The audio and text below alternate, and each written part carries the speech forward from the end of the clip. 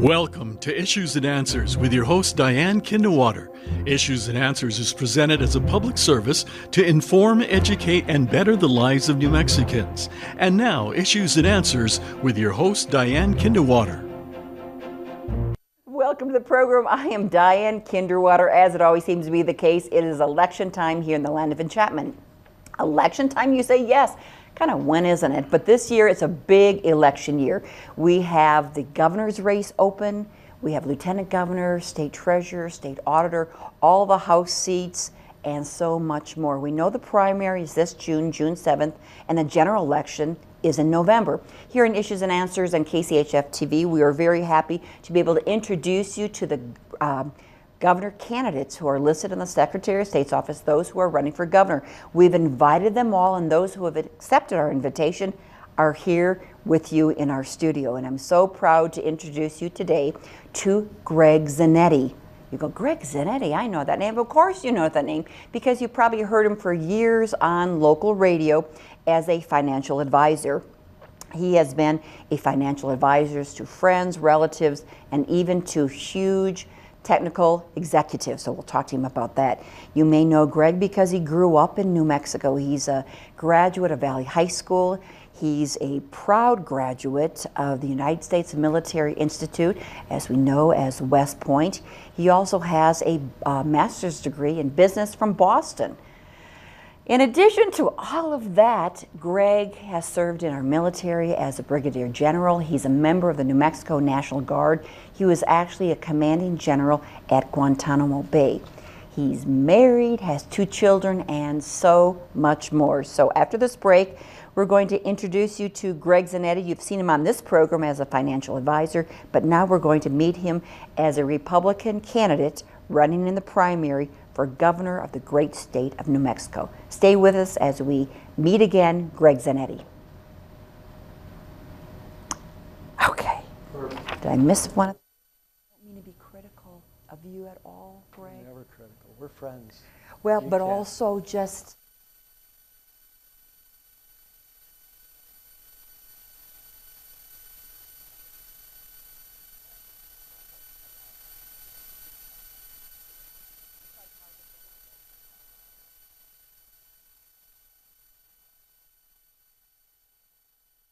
I'm impressive to people in the military. In 5, 4, 3, 2.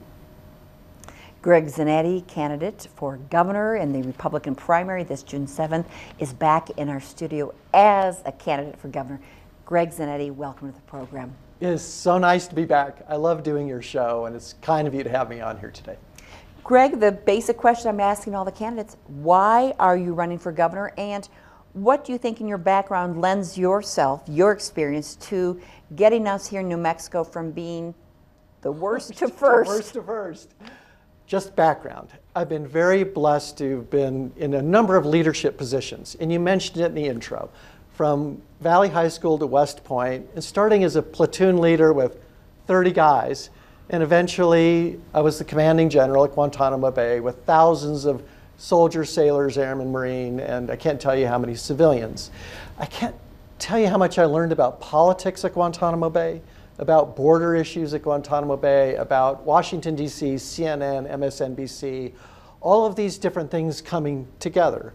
And so those skill sets, I believe, I can bring to the state of New Mexico, not just on the leadership side, but also on how do you run a bureaucracy, either to help the people or to work against the people. That's one of my strong skill sets. The other skill set I have is financial. It was my second career. And you're right, I've gotten to manage billions of dollars. And Diane, billions of dollars move differently way up there than they move for us. And what's happened is this: we've seen so much wealth pushed up. And you can see how these billionaires are taking advantage of our state, how they take advantage of our permanent funds, how they take advantage of the retirement funds, and how you see the big getting bigger, and then our small and medium-sized businesses getting crushed. We need to reverse that. So what I say is, if you're looking for a governor who really understands money, and you think all this money printing is going to end badly, and you think when it ends badly, it will spill out into the streets, we will have rising crime, rising civil unrest, rising social unrest, which we're already seeing now, aren't we? Well, if you go to the grocery store, you see Right. it. I mean, because they are astounded at the prices, or if you go to the gas station, Right. you see it. Right. People are not happy. No, and when people get stressed out, especially over money, they start to act out in ways they might not normally do it. So how do we deal with this? How do we deal with all of this rising unrest? That's the general Zanitti part. And by the way, the border situation will exacerbate all of this. We have to get that under control. Meanwhile, we're also going to have to deal with a financial crisis because our governor has grossly misspent the billions of dollars that have come into this state. And you've seen our economic development plan.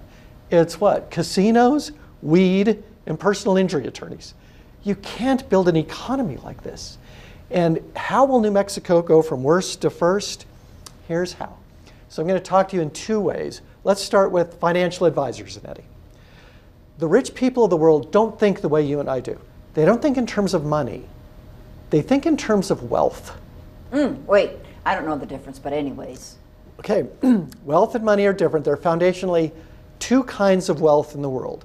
There's wealth from the earth. I want you to think oil, gas, timber, copper, gold, silver, oranges, cotton, soybeans. Water. Water, the stuff God made. All right. Is New Mexico rich in wealth from the earth? Absolutely. Think what we have. We do have the oil and the gas and the timber and uranium. We have 4 of the 17 rare earth elements that the whole world needs right now, and it's all bottled up. By the way, there's another kind of wealth. There's wealth from human hands. It's taking that aluminum and making an airplane. That's wealth to me. My computer, my cell phone, my car, that's wealth to me. Now that's a moving target. Cotton is cotton. It doesn't change. 1,000 years from now, it will still be cotton. But 150 years ago, wealth from human hands was the railroad. Good on those guys. So how does this all relate to New Mexico and getting us from worst to first? I'll show you. On the wealth from human hands side, what's the new stuff that's coming? Because we have gone from railroads to cars to computers. What's next? I don't know, nanotech, artificial intelligence. I just said this on Yes. your website. I don't even know what these things are. Quantum computing and blockchain. So It's stunning what is coming. It is not doom and gloom. We're going to have amazing technical advancements. And where were these things born? The quantum computing, the nanotech, the artificial some intelligence. people's garages in New Mexico, Yes. I think, in New Mexico, It was in Albuquerque. born here. We have wealth from the earth and we have wealth from human hands.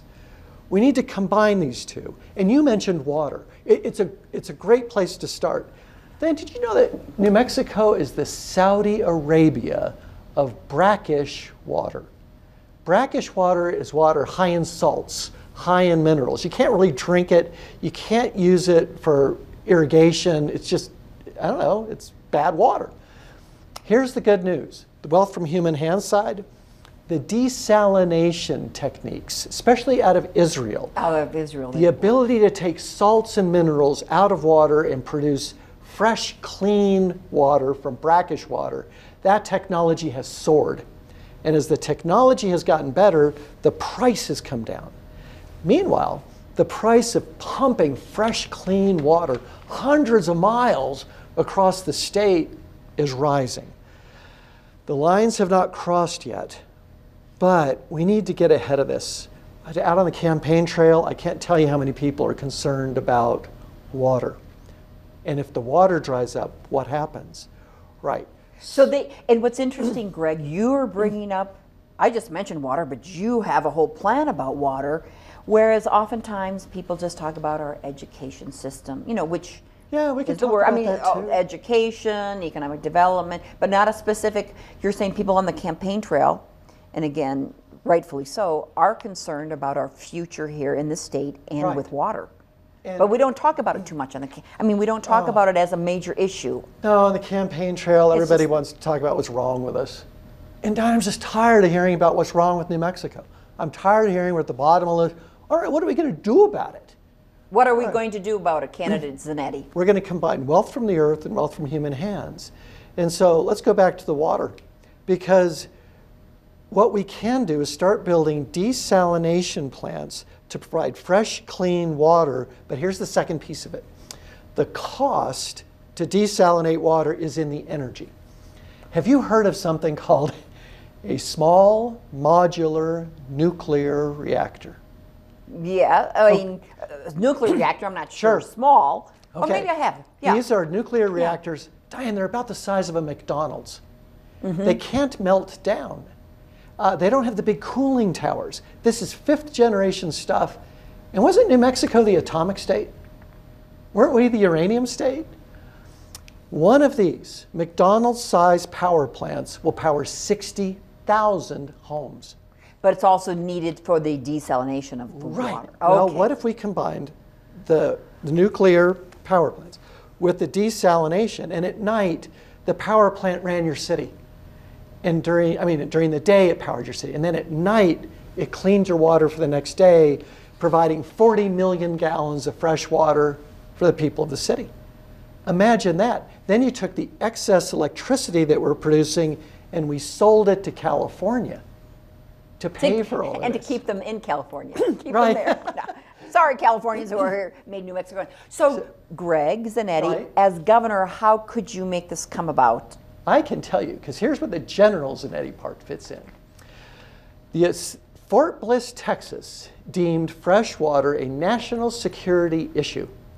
And what they said is, City of El Paso, why don't we team up with you to build one of these desalination plants? And we will generate fresh, clean water for the city and for the base. And they shared the costs with the Department of Defense.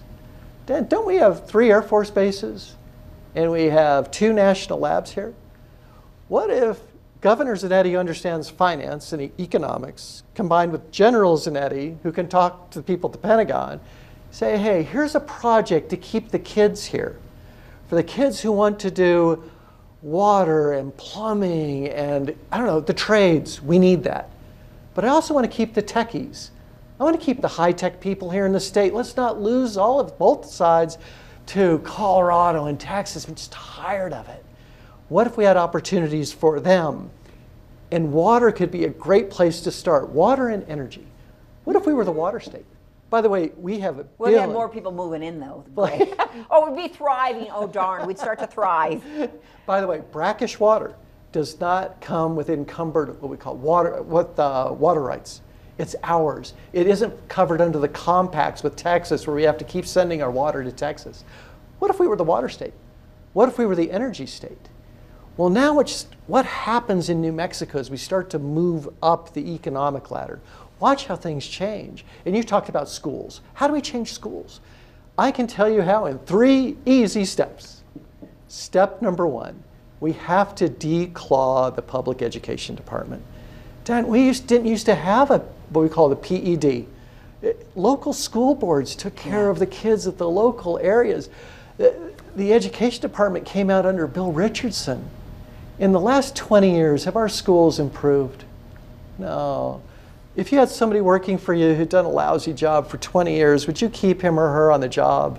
Probably not. And I think this current governor had 3 different public education department cabinet secretaries. And they're dictating down to everybody the same rules for telling them about the New masks Mexico. and about the online. Okay, it's crazy. So that's you step would 1. declaw, Declaw. You which can't get rid means of it. what? What you would do is you would take away their power and authority. Okay. Step 2, you push the power and authority back down to the local level. And step 3 is this, follow the money flow. So back to financial advisors, Zanetti. The money flow for education begins now with politicians. Then the money flows to bureaucrats. Then the money flows to unions. Then the money flows to administrators. Then it goes to teachers, parent, child. Diane, let's flip it. The money follows the child. Now parents are empowered. Where should my child go to school? I have all this money. They could go to parochial school. They could go to public school. They could go to charter schools. They could go to trade schools. And parents and teachers are natural allies. Now the And they're going to want to kind of compete for that money. Sorry, for that money. Oh, I mean child, right? That student. They want to compete to survive themselves. So they need to step up their game, step up their product to be able to attract this money, which is the child. What if it were, I don't know, $12,000 per child? That's less than what we're spending now. What if 10 parents got together and said, Diane, we want you to teach our children. And they're paying you for 10 children at $12,000 apiece? That's 120 grand a year to a teacher. Wouldn't that start to change things about where the focus would be on education and not on all the other things? Can we do this? Yes. New Mexico is so fed up with what's happening out there. What are people telling you on the campaign trail about this, Greg? They want change. And it's not Republican, it's not Democrat, it's just, we want change. And water isn't a Republican or Democrat issue. Schools aren't a Republican, Democrat issue. The border, where we're bringing all these people over in human trafficking, which just breaks your heart. And then what they're doing to these kids and the drugs and the ammo and all this stuff that are people still talking about the border? I mean, the media does not tend to, as we know, even the national media, they hide a lot of topics. But you, out on the road, what are they saying about still the border? Well, southern part of the state has had it up to here. That they see what's happening, and they're saying, this isn't humanitarian at all. This is the exact opposite. This is all being done for political reasons. None of this is about the good of the country or the good of the state. And so these are the types of things where we need to be reaching out to all New Mexicans. Stop this Republican, Democrat, Libertarian. Heavens, it's us. Neighbors, vecinos is what we used to say. How are we going to solve this together? And so that's what this campaign is all about. It's about solutions, not telling us how bad we are or how bad the other side is. What are we going to do now? Because we've agreed again, the money printing is going to end badly. All right, got it. Can we get through that? Yes. New Mexicans are really good at this stuff. Americans are actually pretty good at this stuff. And once we go through what I call the shift, we can come out the other side going from worst to first. I truly believe it, and we're going to run a very positive campaign. And you're obviously very passionate about it. Other issues, and it seems a lot would be tied into the water, giving us a sense of hope, the business, the industries connected to the water, and the technology that you discussed. Right. That would solve, I think, perhaps a lot of our failings in the state of New Mexico. Yeah, and again, these new technologies that are coming are going to blow you away. The next generation, people are negative on them. Don't be. We have amazing young people coming up. Let's believe in them. I've heard of the young people who've lived here, moved to other states, We're going to are bring them back. Millionaires by the time they're 30 years old. What are they doing? Well, they come up with all these ideas and sell the business, but they're not here. They're not here in the state. Right. And so we're going to have to change the tax structure. I'm pretty good at that stuff. We're going to have to change kind of the legal structure. We can't be suing people all the time, and that's your ticket to riches. We have to create wealth. And again, wealth from the earth, wealth from human hands. But there's one other kind of wealth. There's spiritual wealth. And that's actually the most important of all of them. And so do we have to become less corrupt in the state at the governmental level? Yes. We need to start thinking in terms of duty and honor and loyalty and thinking about the people of New Mexico and not your own political career. And so I think we're starting to leave the age of what I call selfie, where everybody was doing this. It's all about I and me and this. It's not working. This campaign is about us. What are we going to do together to solve these problems? Some of them financial. Some of them are cultural, in the sense that we have become too selfish. And some of them are governmental. We can fix this stuff. It sounds like what was the World War II, what was that called, the greatest generation. Right. Getting back to that, not the selfish, but working together for a goal so we could once again perhaps become the greatest generation in New Mexico. And I think that's New Mexico's DNA. I don't think New Mexico's DNA is selfish. What I see out there are grandmothers taking care of the grandkids because the parents might have drug problems or they're divorced.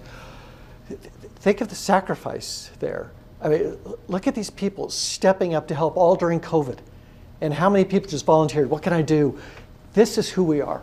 We just need to tap into that and get government to help them and not be a roadblock to them. Greg, are there some specific things you'd like to share with the viewers regarding some different policies you work on, regarding regulations, regarding the gas and oil industry, regarding sure. education, regarding economic development, small businesses? Any specifics that you would Okay, relate so to? now we have to go back to how is a Republican governor going to work with a Democrat House and Senate to do these things that we just talked about? Here's what the governor can do right out of the box. You get your cabinet together and you say, how many regulations can we erase this week? How many ways can we give more freedom back to the people of New Mexico? This is what happened with... Oh, wait, what's that word, freedom? I don't think we've had freedom for a couple of years now. No, it's all been dictatorial, top down. Well, if you were governor, you'd have that dictatorialship still. And you know what I would do? I would push the power down. This is what we have to do. We have to do this from the bottom up, not the top down. The top down's not working. There's no buy-in, I guess, No. when it's the top-down dictatorship. And you've seen that across the world, you personally, right? You've seen that. Well, so I interrupted you. No. Your first would be looking at the regulations, discussing which ones we need, which ones... And watch what would happen here. This is what happened with President Trump when the Congress wasn't with him in the first couple of years, remember that. So he couldn't push through tax cuts or any of the big things. But every week the cabinet got together and said, how many regulations did you get rid of this week? We got rid of 23. We got rid of 16. We did 8. It was this kind of thing. Did they yes. do that? And the economy blossomed. And then on the bottom up thing, then people said to me, what was it like having all those people work for you at Guantanamo Bay? I said, no, you don't get it. They didn't work for me. I worked for them. This is how the governor has to think. Working with the House and Senate, you were saying, how would you get them to feel that way? Oh, when they start to see the changes. That's what happened with President Trump. When they started to see how the economy was just growing, they said, okay, we got to get on board with this guy on the tax cuts and bringing manufacturing back to the United States. He saw what was coming. And we can see it too. What's going to happen here, Diane? We're going to have to become more self-sufficient. New Mexico is going to have to be doing more things internally, not relying on outsiders to provide for us. And do we have the natural resource? I call it low-tech wealth. Yes. Yeah. Do we have the high-tech wealth? Yes. This is how we're going to become more independent, more self-sufficient, and we will grow this state. It will stun the world. You watch. You watch what we can do. As the financial advisor, and now our budget, again, getting all the stimulus money into our state coffers, this budget may end up to be $8 billion. When I worked for state government 20 years ago, it was $4 billion. Our population has not tripled or doubled. So it could be an $8 billion budget, kind of a $9 billion budget, but in my opinion, kind of based on false dollars because they're federal dollars, which again, we pay those federal taxes. People forget, we're getting all this federal money. Well, duh, it's from your pocketbook. But that's a big budget, Greg. That is a big budget, an $8 billion, $9 billion state budget. Yeah, there are two problems with it. One is we've encouraged people to stay home, not work, smoke weed, play video games, get your stimmy checks. Well, that doesn't work. The other thing it does is government crowds out the private sector. It crowds out the small businesses. It crowds out the entrepreneurs. Who take the risks. Right. And this is what we've seen certainly throughout MLG's administration. What's happened? All of these great small businesses we've had here have just gone away. Meanwhile, Walmart and Lowe's and Home Depot got wealthier and wealthier. All right, we're going to reverse this. And we're going to do it in the way we just talked about. We're going to grow these things bottom up. That means you have to have a governor who trusts the people of New Mexico. It's like, I trust you with your kids. Educate them. We trust you with your local economies. How can we help you? How can we support you? What if we did this? What if every time a new business came to the state, we said, we're going to assign somebody to you from the Economic Development Department. They're going to usher you through all of the permitting, all of the zoning, everything you need to do to set up a business here. And we're also going to align you with allies here. People who are in your industry or who might be in your industry. And by the way, there's some piece of land right over here. Help them thrive, the small businesses. A concierge service of how can we help you? How can we serve you instead of being a roadblock? Slap down with all these regulations and taxes and paperwork, and it's cumbersome going online to Right. fill it all out. It takes so much of Right. the effort away. What if we did things like that as word spreads? Wait a minute, they're doing this for oil and gas? Wait, they're doing it for agriculture? Wait, they're doing it for these high-tech things? Wait, what's this water thing going on in New Mexico? I haven't even heard about that. What are these nuclear reactor things? And government's helping them? And right, government's getting out of the way, and government is saying, what can we do to help you? Greg Imagine Zanetti. that change. Greg Zanetti, we have just 2 minutes left of the show. Okay. What else would you like to share with the viewers regarding your background, your knowledge about what you could do as governor? Diane, I've had just a wonderfully blessed life to have expertise in several different areas. Yes, I've gotten to travel the globe and see how things work. Yes, I've gotten to see how big money moves, how that can work against you or for you if you know how to do it. I understand the importance of the border and public safety and how are we going to restore that. And so that's why I'm running for governor. It's these leadership positions I've had over many years and the skill sets I've developed as a result. And it's not what people think. It's us together. It's the best thing that could happen here isn't that somebody says, oh, the governor did that. Oh, the leader did that. It would be, no, we did that. Because when we do it, and you get the buy-in you just talked about, now you watch a state grow and flourish, and you just give better lives to people. That's what I want to do as governor. As the billions that are coming into our state from the federal government, we have all this money. What would you like to see done with that money? Create wealth. What we should be doing is not giving build, it away. building people. A lot of people say, let's build some bridges and fix the bridges, infrastructure. Well, I mean, I get that. But what we really want to do is, again, go back to how are we going to merge these low-tech, wealth from the earth resources we have with the high-tech stuff that's coming. How do we use those funds to encourage investment, long-term growth? That's when the whole state will change and people will say, wait, there's an alternative to just having big government run everything? Yes, and it's an alternative that's much more optimistic and much more sustainable long-term. Make sense? Sustainable than printing money, because we cannot guarantee if we're going to be printing this money. We're heading toward a currency event. I'm just telling you. That's the shift I was talking about. This can't go on. We're going to have an event. Fine.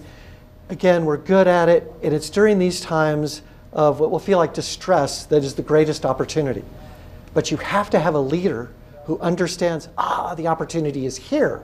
Let's go. Let's be the first ones to get on our feet. Very good. Greg Zanetti, thank you so much for being part of the program. Thank you for running for governor, and thank you, viewers, for watching this show. I'm Diane Kinderwater. Make it a great week with your family. We'll see you next time. Bye-bye.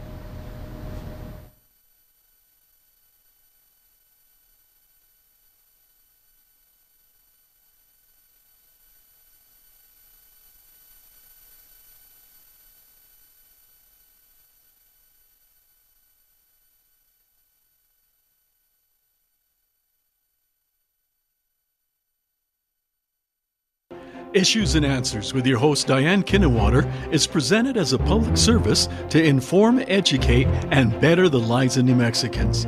To comment on today's program or to purchase a copy of any Issues and Answers program, visit sunbroadcasting.org or call us at 505-345-1991.